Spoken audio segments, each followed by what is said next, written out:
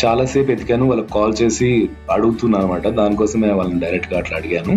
ఇంకొక సబ్స్క్రైబరు, అన్న ఆటో వాళ్ళతో ఏం ప్రాబ్లం లేదా అన్న అని అడిగాను. ఎందుకు లేదు బ్రో, ఖచ్చితంగా ప్రాబ్లం ఉంది, వాళ్ళు ఇంకా గొడవ చేస్తున్నారు, ఆపుతారు, మనల్ని క్వశ్చన్ అడుగుతారు, కొట్టడానికి ట్రై చేస్తారు, ఇలాంటివి జరుగుతున్నాయి.